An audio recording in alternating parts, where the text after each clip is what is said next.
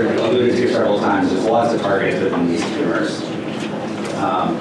But right now, kind of the concept of systemic chemotherapy is often a shotgun, just sort of blasting the tumor. Sometimes it hits the targets, but doesn't always. Okay? Versus a single agent targeted monotherapy, it's great at hitting that one individual target. Take for instance, GIST in a KIT mutation, this being imatinib, this being KIT. Thank you, sir. But one of the things you've heard today already from Dr. Chi was like, for instance, their example of the patient with the MEK inhibitor and the imatinib. So that targeting multiple targets may also be a way to think about treating patients. And so you're not only going after one bullseye, but you're trying to hit a couple different bullseyes. So we're going to take a step back in history. So this is bacteria. This was in the late 1800s. It was discovered that Graham discovered that you could basically differentiate different types of bacteria based upon staining, and they would say there's Gram positive, which are purple, and Gram negative.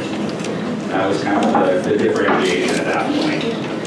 And then, fast forward a little bit of time, discovered E. coli, and basically somebody said, okay, we can start naming these things. And now, where are we now? In the 2000 teens, because we can say, okay, we've got E. coli, and we can look at all these different antibiotics and say, this patient's antibiotic regimen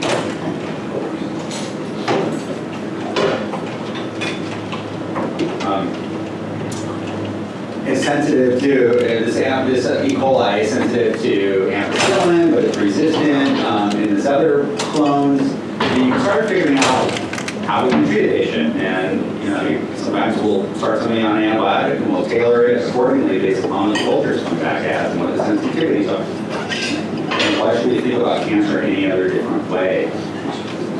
So we can identify the patients where the drug is going to work and it might have some toxicity versus the drug will be toxic and not beneficial versus it's not going to be toxic or beneficial. We can start breaking it down.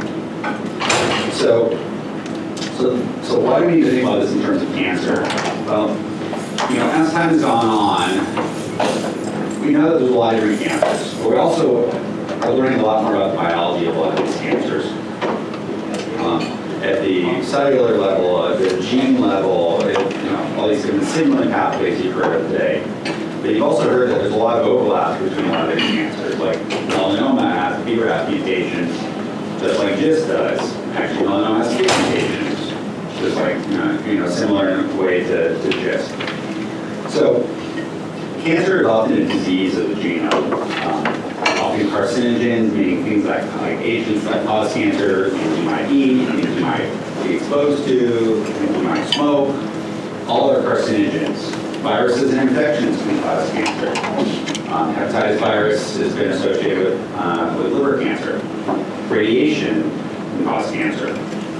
Mistakes in DNA copying, so sometimes we get some of these hereditary problems where we get typos in our DNA every day, things are turning over, our lining of our intestines turn over. Well, most of the time the spell checker gets it right, but occasionally the spell checker misses it. And ultimately what happens is we get these altered genes, they lead to altered proteins, and then they lead to these altered pathways, just like we've heard about today, with the RAS and Raft pathway, which leads to cancer. So lung cancer, so like in 1987, this is how people thought about lung cancer. Okay, it was basically, we knew a little bit, we didn't know a whole lot. And then we started learning more about the genes. This is 2004. This is 2009. Okay, you can start breaking it down more. I don't have any ones after this, but you can see here we start slicing the pie smaller and smaller and smaller as we start learning more and more about tumors. So this was an analysis done by some of my colleagues at UCSD that looked at 85,000 patients from phase 1 and phase 2 clinical trials. And the things I've highlighted here are kind of big take-home messages. So we go from worst to best outcomes, okay? Treating patients with non-precision targeted therapies, meaning that we're giving somebody a KIT inhibitor, but they've got some other pathway mutation like EGFR, okay? It doesn't work very well, okay? About 5% of the time. We just give them standard cytotoxic chemotherapy, okay? Somewhere about 15% of the time. If you start doing precision targeting, like, just the paradigm for that, as you obviously know and heard today, you're taking a single target and a single drug, and you're aiming at it. Response rates are often sort of in the ballpark of about 30%. So come along, lots of different trials that are being done around the country and around the world, everything from US, Israel, and France to Anderson, to the National Cancer Institute, to ASCO. There's a lot more I haven't listed there. So how are these all working? They're really playing off the paradigm of GIST. So they're saying, okay, we've got patients 1, 2, and 3. They've got KIT mutation, let's say, KIT mutation and KIT mutation, but as I showed you before, there's all those other little dots all over the place. So this one's got B and C, this one's got E and F, and this one's got B and F. But they've all got the KIT mutation. Let's give them a map. Okay? Makes sense. It's been working. But as I said to you, there's a lot of other little dots in those things. So if you break it down, this is a study that our group presented at ASCO last year that we're in the process of getting published.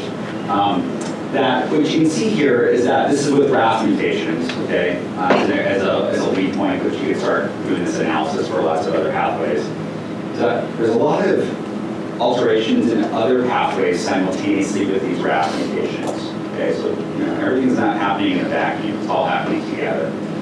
And so you can see here, tyrosine kinase family. You can see here some of the things you've heard about today: IGF-1R, NTRK, KIT.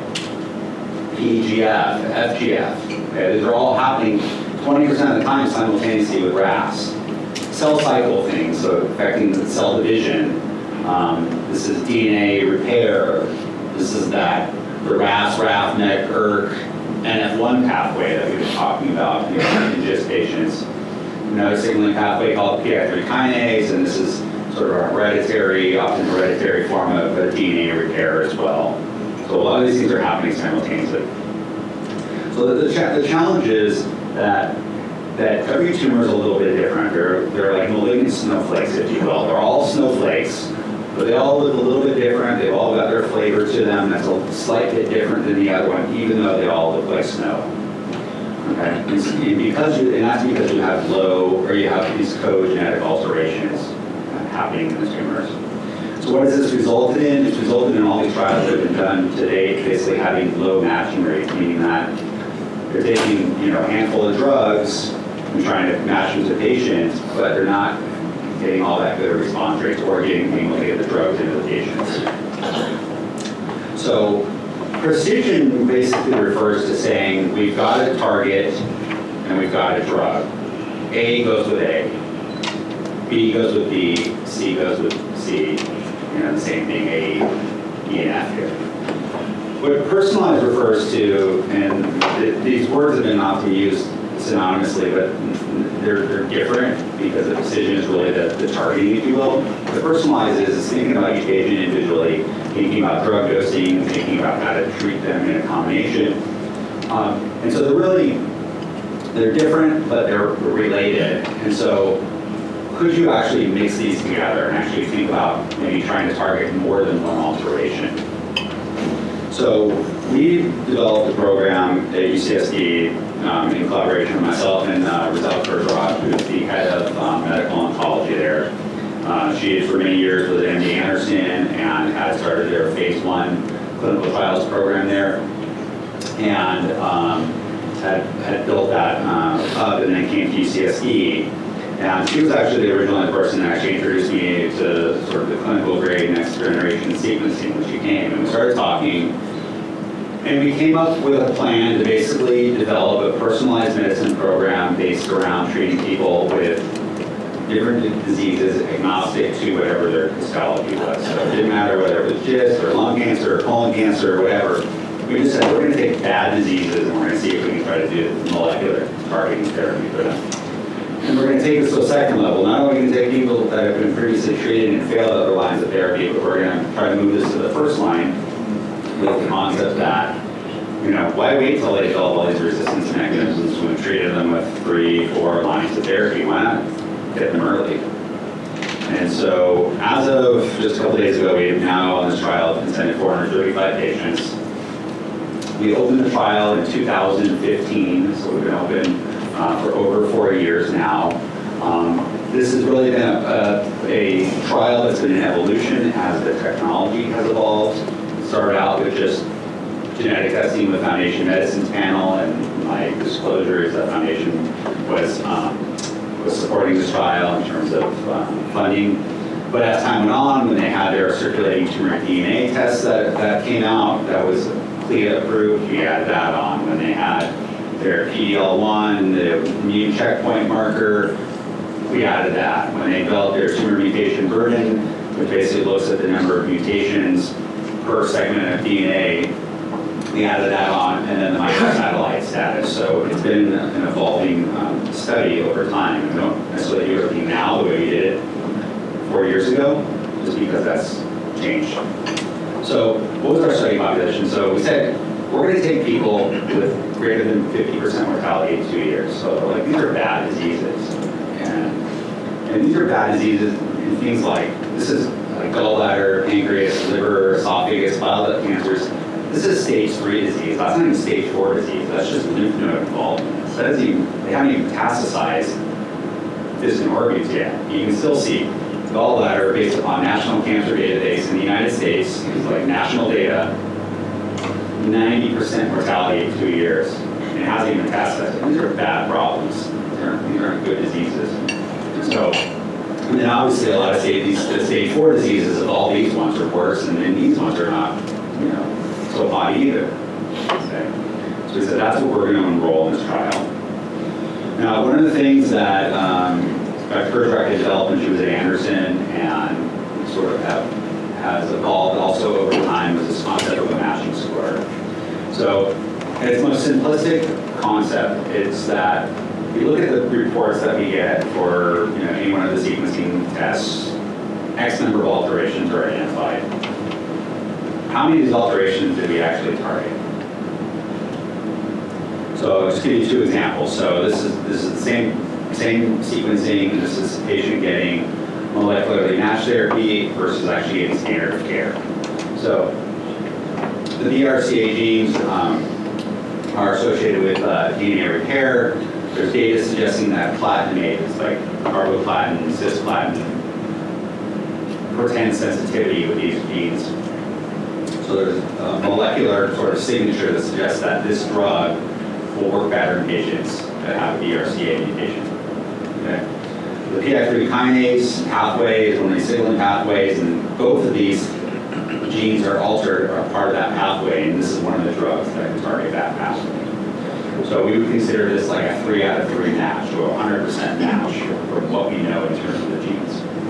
Now, the standard of care for gallbladder cancer was this patient's sequencing. Is giving cisplatin and gemcitabine, okay, or gemcitabine and oxaliplatin. So, like, why does it work sometimes? Because even though it's systemic chemotherapy, it's high cytotoxic chemotherapy, it actually sometimes has the right target. So, in this patient, that patient would have the right target, which are only targeting theoretically 1 out of the 3 alterations. So we give that score like a 33. Okay. So come along the study. This just came out about 2 weeks ago in Nature Medicine. The first sort of cohort we analyzed, and there's, as I showed you before, we're up to 435 patients now. This was the first 149 patients we enrolled and we analyzed. Of these, just under half of the patients we are still having trouble treating. We're still waiting too long. Okay? You can see a lot of them very rapidly deteriorated and were never even treated. A fraction of them got 1 dose of drug and rapidly were deteriorating. So we were waiting too long, and there was a small handful of 10 patients that just hadn't got their sequencing results back yet. The remaining 83 patients we treated. Okay. Now, the way this study worked was that we basically sent their tumor off for sequencing. In the meantime, the treating physician ultimately had the final say-so, however they wanted to treat the patient. They wanted to, if the patient needed to get put on treatment immediately, the treating physician put them on treatment immediately, without waiting for the sequencing results. If the patient could wait a little bit, if they felt it was clinically reasonable to wait a couple weeks, and typically about 3 weeks probably by the time you get the sequencing done and get the drugs approved and all these things, and it might sometimes it could be a little bit longer, then we could treat them.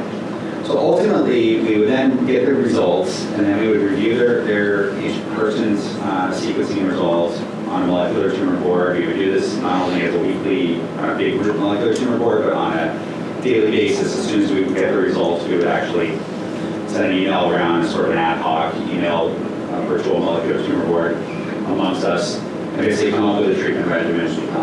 Now again, it's ultimately the treating physician's decision about what they thought was appropriate, because we might not know every single factor, or the patient might not want a certain drug, or there might be other stimulating factors that might say, don't give that drug, it's not going to be good for this person. Ultimately, we matched up each three of the patients.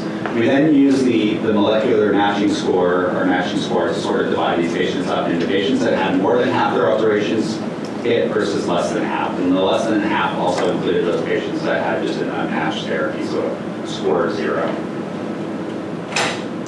So I give you some examples. This is actually a GIST patient. This was the patient with a Raft E600E GIST that was treated with Rapinib back in the early 2010s. That basically targets BRAF here. And subsequently, this is from the original case report. This was his tumor responding to Rapinib. Now, fast forward 9 more lines of therapy later, and 6 operations.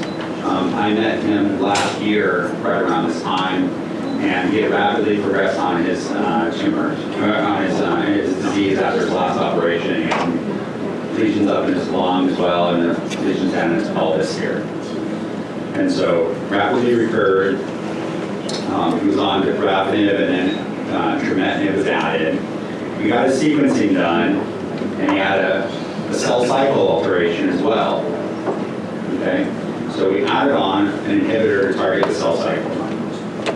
And so here we are now with 3 different drugs, and you can see here these lesions. This one disappeared, and you had significant shrinkage of some of these other lesions, to the point that I was able to take him to the operating room and clear all of this disease that he had. So one example of it, here's another example. This was a patient with intrahepatic cholangiocarcinoma, or a bile duct tumor. This was actually a pretty aggressive tumor, as I showed you, with survival rates, 2-year survival rate, or mortality rates up in the 90% range. This was a patient had a KRAS mutation, just like some of the patients do, and had MLH1. This is one of these DNA repair enzymes. Now, here we are a couple years later. We treated this patient several years ago. This is actually an FDA-approved combination now, but back then it wasn't known at that point.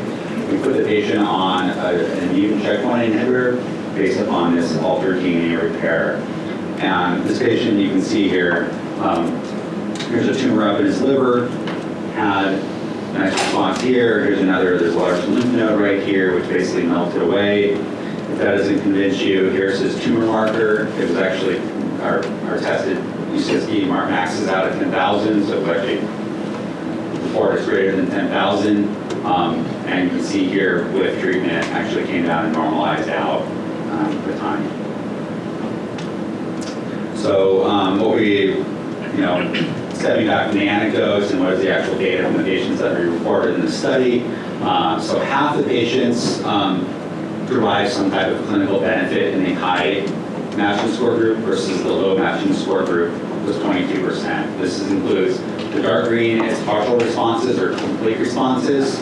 The light green here is stable disease for greater than 6 months, which sometimes we'll take that as a win. Versus you can see here 22%. Now, one of the things that we expect is, you've sort of heard this today, is that with each line of therapy, the time to progression or progression-free survival should start getting shorter and shorter and shorter as we develop more and more resistance mechanisms. The drugs should work better. They should be getting worse, probably. what this analysis is that we looked at each patient individually and compared their progression-free survival to themselves, meaning that the progression-free survival PFS2 relative to their prior line of therapy PFS. And we said, if it's greater than 30% longer on the second line, on this new line, they go in the green group. If it's less than 30%, they go in the red group, okay? And you can see here, in the high matching group, it was 75% of the time you're making it longer versus in the low matching group, 36% of the time. Does this translate into differences on the Kaplan-Meier curves? And the answer is yes. You can see here the median progression-free survival was 6.5 months versus 3.1 months for the high versus the low matching group. And more importantly than that, it actually translates into a difference in overall survival. So we've got a difference. So they basically hadn't even reached the median progression or overall survival for the high matching group versus you can see here is a pretty steep drop off for the low matching group. And we would sort of in general for a lot of these bad diseases, sort of generally think about 9 to 12 months being the median survival for most patients that come in with stage 4 gallbladder cancer or some other pancreas cancer, et cetera. So it's pretty much right on target with what we're seeing. And when we did, I don't have time to show it to you, we did all these kind of statistical analyses and multivariate analysis, and one of the things that always came out in all the analysis we did for all these different factors was the matching score. So targeting more than half the alteration was key. So what are we learning? Well, this trial was the first trial to really start thinking about can we do customized combination of therapies for patients. And it brings into the question, targeting tumors with single agents matched, may not be enough. Okay.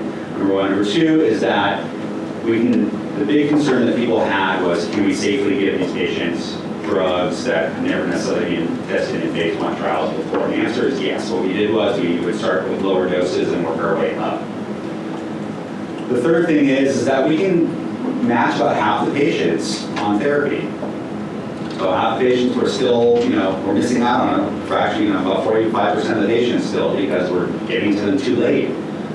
So bringing in the question is, can we bring this earlier in the lines of therapy? And that actually arm of the trial, I'm presenting that next month in Paris, and we're almost done accruing to that arm as well. But I'll tell you that the differences in progression-free survival is about 11 months, and the overall survival difference right now is just on the verge of statistical significance with a p-value of 0.1 is 10 months.